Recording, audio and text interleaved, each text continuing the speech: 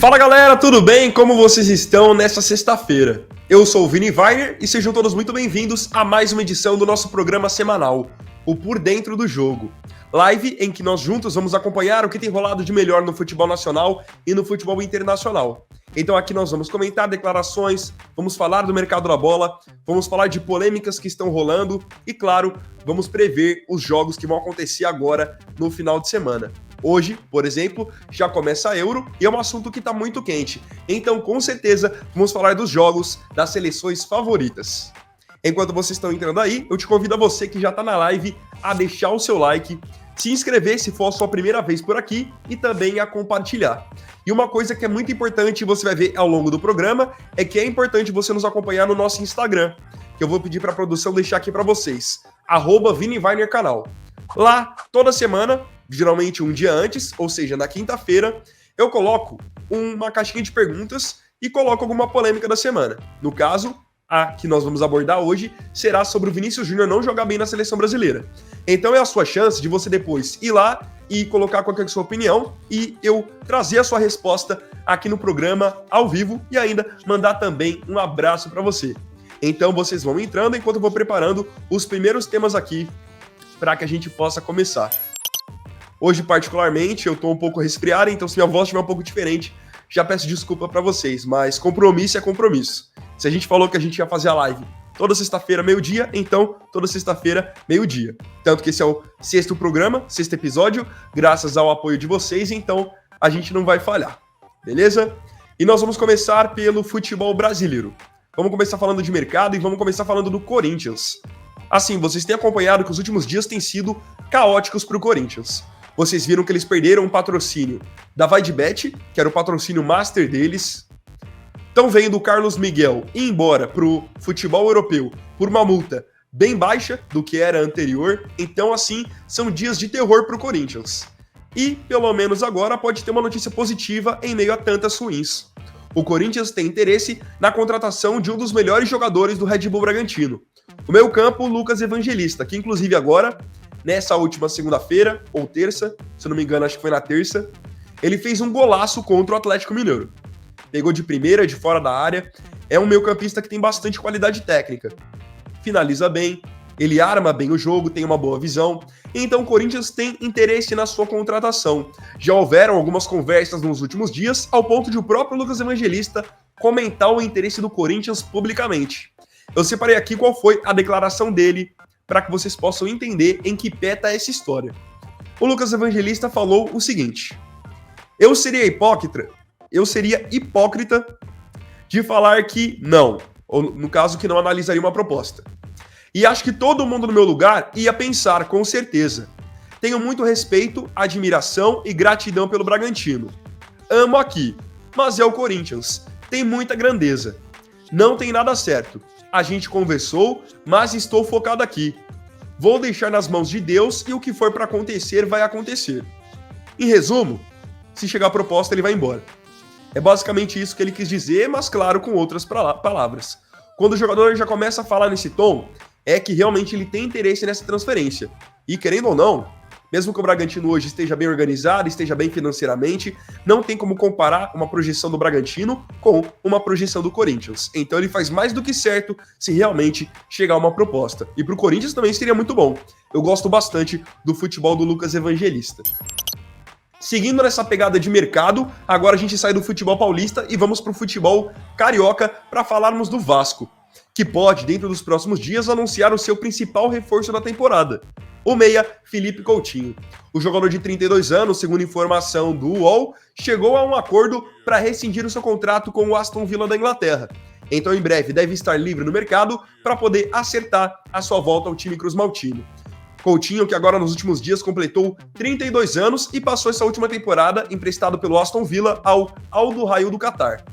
Há um bom tempo já, sejamos sinceros, não é mais aquele mesmo Coutinho dos tempos de Liverpool, do seu começo de Barcelona, aquele mesmo Coutinho que vimos na seleção brasileira. Hoje o Coutinho não tem mais todo aquele nível, até porque também envelheceu, teve muitas lesões, mas é aquilo, pro nível do futebol brasileiro. Se o Vasco realmente fechar com ele, que é a tendência, o Vasco ganha demais em qualidade. Fora que vai ganhar também na questão extracampo, com a torcida, venda de camisas, e para os próprios jogadores do elenco, é também um incentivo a mais você jogar com um jogador do nível do Coutinho. Então nós falamos de futebol brasileiro, mercado, no futebol paulista e no futebol carioca.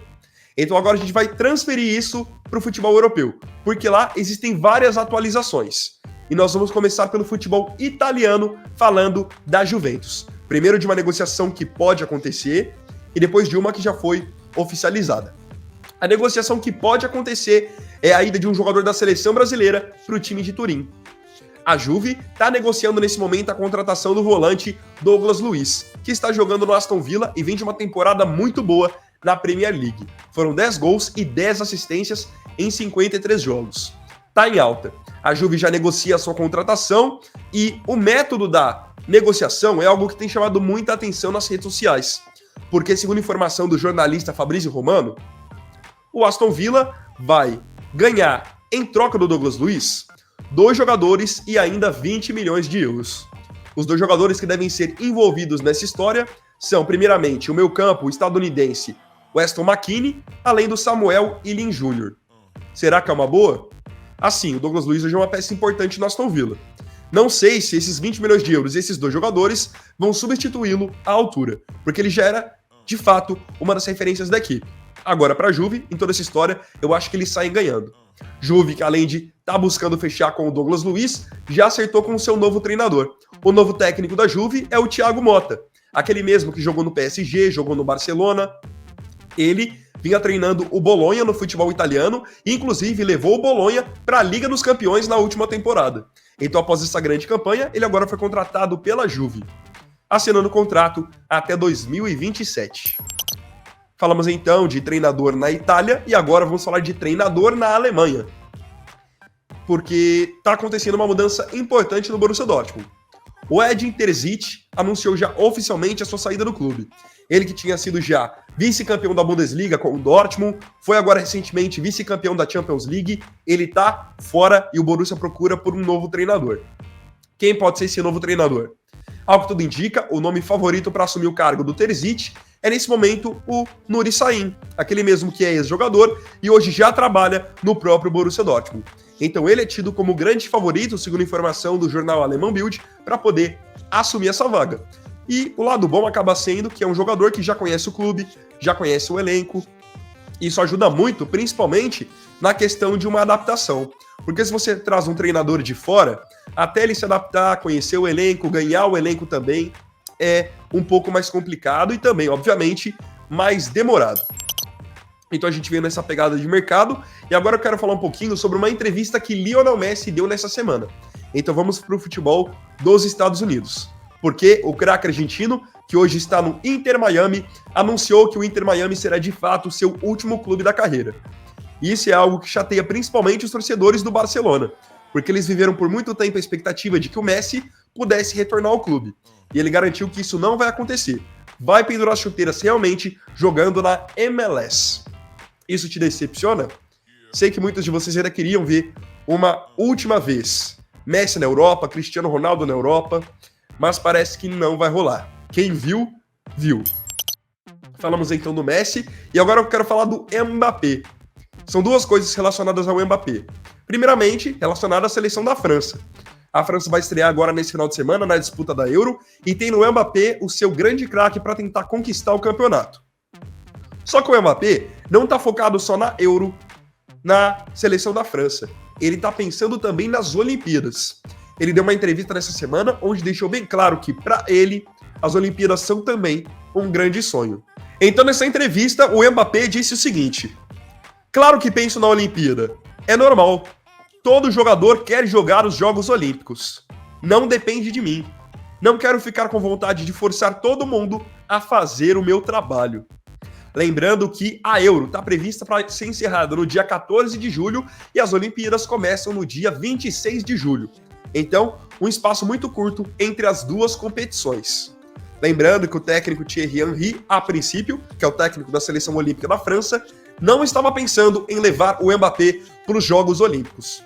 Lembrando que os Jogos Olímpicos em 2024 vão acontecer em Paris, então seria a oportunidade do Mbappé buscar a medalha de ouro jogando praticamente em casa. E agora, uma coisa que muita gente está esperando. Quando que o Mbappé será apresentado para a torcida do Real Madrid? Quando que ele vai pisar pela primeira vez no Santiago Bernabéu como jogador do clube espanhol?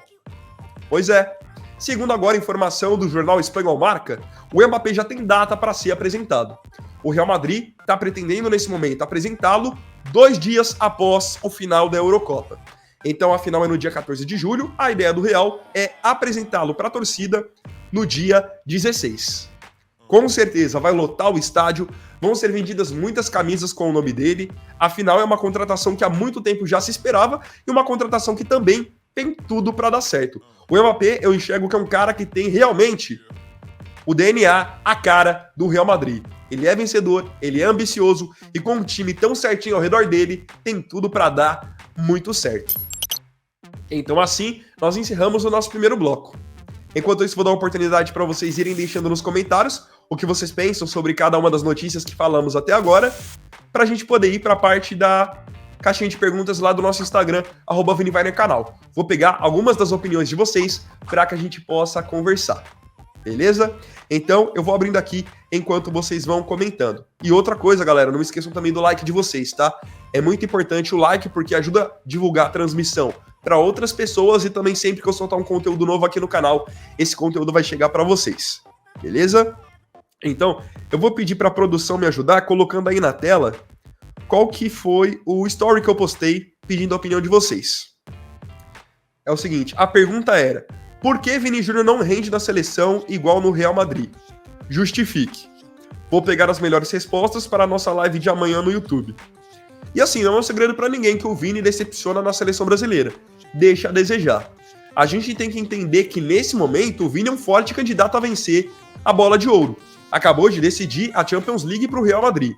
Então ele está realmente em outro patamar e a partir do momento que ele está jogando uma bola nesse nível, ele vai ser cobrado para entregar nesse nível também para a seleção. Da mesma maneira que o Messi sempre foi cobrado para jogar igual no Barça na Argentina, o Cristiano sempre foi cobrado para jogar igual no Real e em Portugal, no Manchester United e em Portugal, é algo natural. E ele até hoje, querendo ou não, nunca teve uma baita atuação assim de encher os olhos pra gente dizer, não, nós vimos na seleção o mesmo Vini do Real. Isso ainda não aconteceu, tanto que ele tem só 3 gols pela seleção brasileira. E o Endrick, com só 6 jogos, tem os mesmos 3 gols, sendo que o Endrick nunca começou uma partida como titular. Então são atuações, são números que vão chamando a atenção. Por isso, eu coloquei essa caixinha de perguntas. Vamos então para algumas opiniões de vocês. O primeiro vai ser o XZ Kakauan. Ele escreveu assim, que ele não dava certo porque na seleção ele é forçado a ser o protagonista. Quer pegar a bola e resolver sozinho. No Real, ele joga mais pelo time. Eu acho que é o seguinte, essa opinião tem sim um pouco de fundamento. Eu acho que no Real Madrid, ele também acredita bastante na jogada individual dele. É algo que ele tem como muito forte. Mas eu acho que na seleção, essa ânsia de querer, a todo momento, decidir, jogar no mesmo nível nos dois, isso acaba atrapalhando ele um pouco. E deu pra ver isso no amistoso contra os Estados Unidos. Muitas tomadas de decisão erradas, por muitas vezes quis ir pra jogada individual em momentos que não era pra ir. Então eu acho que esse comentário aqui do Cauã faz bastante sentido. Inclusive, um abraço pra você e obrigado por participar. Outra opinião que eu peguei aqui foi a do VS_RNZ_09. Ele escreveu assim, ele não se solta na seleção, porque acha que ele carrega muita pressão que não é dele. Então aqui, ó, já é um comentário que tem bastante a ver com o comentário anterior do Cauã. Faz bastante sentido, ele não estaria conseguindo lidar com a pressão. Porque, querendo ou não, no Real Madrid é mais dividido isso. Hoje se cobra muito do Vini, mas se cobra também muito do Rodrigo, se cobra muito do Bellingham, se cobra muito do Valverde, do Kroos, algo natural. Na seleção eu já percebo que existe sim uma cobrança maior em cima dele. Outro comentário, do Matheus Golão 9. Ele escreveu, porque ele não tem companheiros tão bons para tocar ou fazer uma tabela. Será? Porque assim, na seleção brasileira nós temos bons jogadores também. Temos o Paquetá, o Bruno Guimarães, tem o Rafinha, tem um próprio companheiro do Vini de Real, que é o Rodrigo, tem o Endrick. Então não sei se seria realmente a grande resposta para isso. Claro que no Real Madrid existe um entrosamento, você joga todo dia, são grandes jogadores mesmo, vários camisas 10 de seleções. mas não sei se realmente as atuações abaixo da média do Vini estariam atreladas diretamente aos companheiros, sendo bem sincero. Tem um comentário que eu achei bem interessante, que foi o do Davi Batista.spfc. Esse aqui eu achei muito interessante o que ele falou. Um abraço para você, inclusive, Davi. Ele escreveu que o Vini não vai tão bem na seleção quanto vai no Real por conta do técnico. Aqui eu acho que a gente pode ter um caminho para começar a pensar. Na seleção brasileira, o Dorival é um bom técnico? Beleza. O Tite na seleção chegou a fazer um bom trabalho? Beleza também. Só que o Ancelotti levou o Vini para outro patamar. Então é natural que ele tenha mais confiança em jogar sob o comando do Ancelotti. O Ancelotti é um cara que é muito paizão, abraça muito, principalmente os brasileiros, e foi sendo treinado pelo italiano que o Vini passou a viver o melhor momento da carreira. Virou protagonista do Real Madrid. Então eu acho que pode sim estar atrelado ele às vezes não jogar tão bem na seleção por conta da confiança do treinador. Não tem como dizer que não. Isso sim pode não ser o principal, mas faz bastante diferença e foi uma coisa que eu particularmente nunca tinha pensado. Por isso, achei bem interessante esse comentário.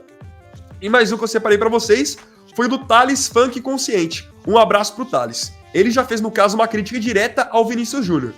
Ele escreveu o seguinte: ele é fraco, não é esse jogador todo. A mídia fala.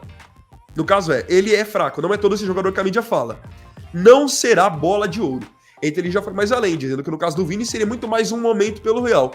E não que ele é um grande jogador para de repente estar no mesmo nível por Real e seleção brasileira. Achei bem interessante, acho que a maioria dos comentários tem sim bastante fundamento, porque aquilo, não tem como ser só uma coisa para ele não manter o mesmo nível nas duas, e pode ser uma situação também que é questão de tempo. De repente ele pega agora essa Copa América, arrebenta, o melhor jogador, se consagra a bola de ouro, e a gente esquece totalmente que um dia cogitamos ele não tá jogando no mesmo nível nas duas seleções. Então basicamente é isso. Agora eu quero te convidar a me seguir no meu Instagram, @ViniVainerCanal. Eu vou pedir para a produção deixar aqui na tela para vocês, para que você também tenha a chance de, na semana que vem, colocar a sua opinião aqui, para que eu possa ler o que você pensa e também te mandar um abraço. Queria agradecer a todos que deixaram os seus comentários por lá. É muito importante sempre essa interação, vocês dizerem que estão gostando e deixarem também as suas curtidas. Agora vamos caminhar mais para a parte dos jogos, porque nesse final de semana nós temos vários jogos. Hoje mesmo começa a Euro, os donos da casa vão a campo, a seleção da Alemanha, e vai ser muito interessante, porque temos algumas favoritas em campo, tem também Brasileirão nesse final de semana, e eu separei alguns jogos que estão em destaque para vocês. Vou pedir para a produção também colocar aqui na tela, porque vai me ajudar bastante.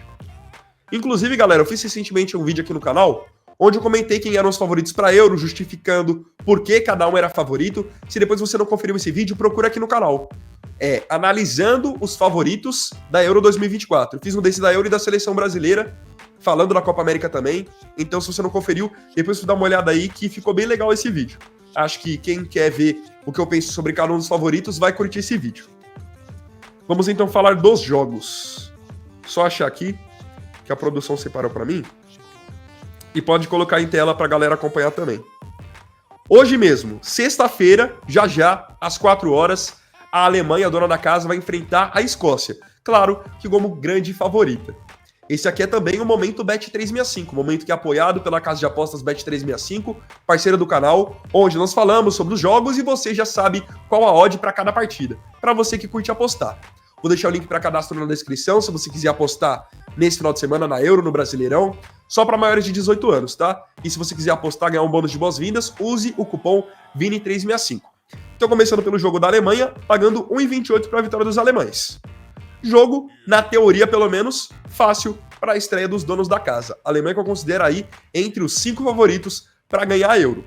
Quando for no sábado, outra favorita vai a campo, a Espanha, que não tem tantas estrelas quanto a Alemanha, mas também é um bom time.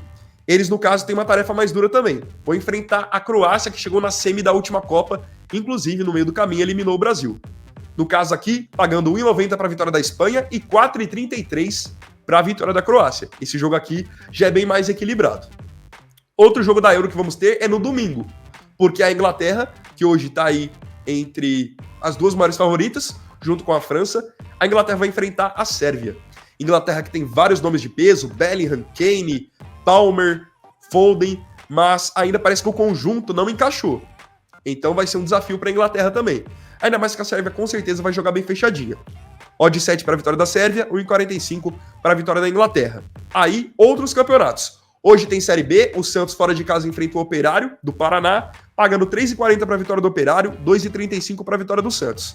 E aí, dos jogos do Brasileirão que eu quis destacar para vocês vão acontecer no domingo. Atlético Paranaense e Flamengo, sempre um clássico, sempre um jogo equilibrado. No caso, o jogo vai ser na casa do Atlético, onde o Flamengo costuma aprontar. Então, a Bet365 tá pagando 2,75 para a vitória do Furacão e 2,50 para a vitória do Fla. E aí, outro jogo que teremos também, outro clássico nesse final de semana, entre Corinthians e São Paulo. Clássico paulista, Corinthians no momento conturbado, jogo bom também. Lembrando que nesse ano o São Paulo venceu na casa do Corinthians pela primeira vez. Então, odd 3 para a vitória do Corinthians, mesmo em casa, e 2,40 para a vitória do São Paulo. Para você que quiser apostar, como eu disse, vou deixar o link para cadastro na descrição, e usando o cupom VINI365, você ganha um bônus de boas-vindas. Beleza? Para quem quiser apostar, não se esqueça que é só para maior de 18 anos também, e jogue sempre de maneira responsável. Então, galera, é isso. Falamos de bastante coisa hoje, dos jogos desse final de semana, da polêmica do Vini Júnior não jogar bem no Real e na seleção, da mesma maneira no caso, várias notícias de mercado da bola. Então, vamos encerrando mais uma edição do Por Dentro do Jogo. Eu espero profundamente que você aí tenha curtido. Se você tiver gostado, deixa o like, se inscreva, não se esqueça também de compartilhar e de me seguir na minha rede social, @ViniVainerCanal, para que você possa participar também da caixinha de perguntas da semana que vem. Então é isso, eu agradeço a todos pela companhia, a todos que estão no chat até agora, e até semana que vem. Sexta-feira temos um encontro marcado aqui no mesmo horário, meio-dia, beleza? Então é isso, galera, tamo junto e um ótimo final de semana para todos. Até o próximo vídeo. Vini Vainer aqui, valeu, falou e fui!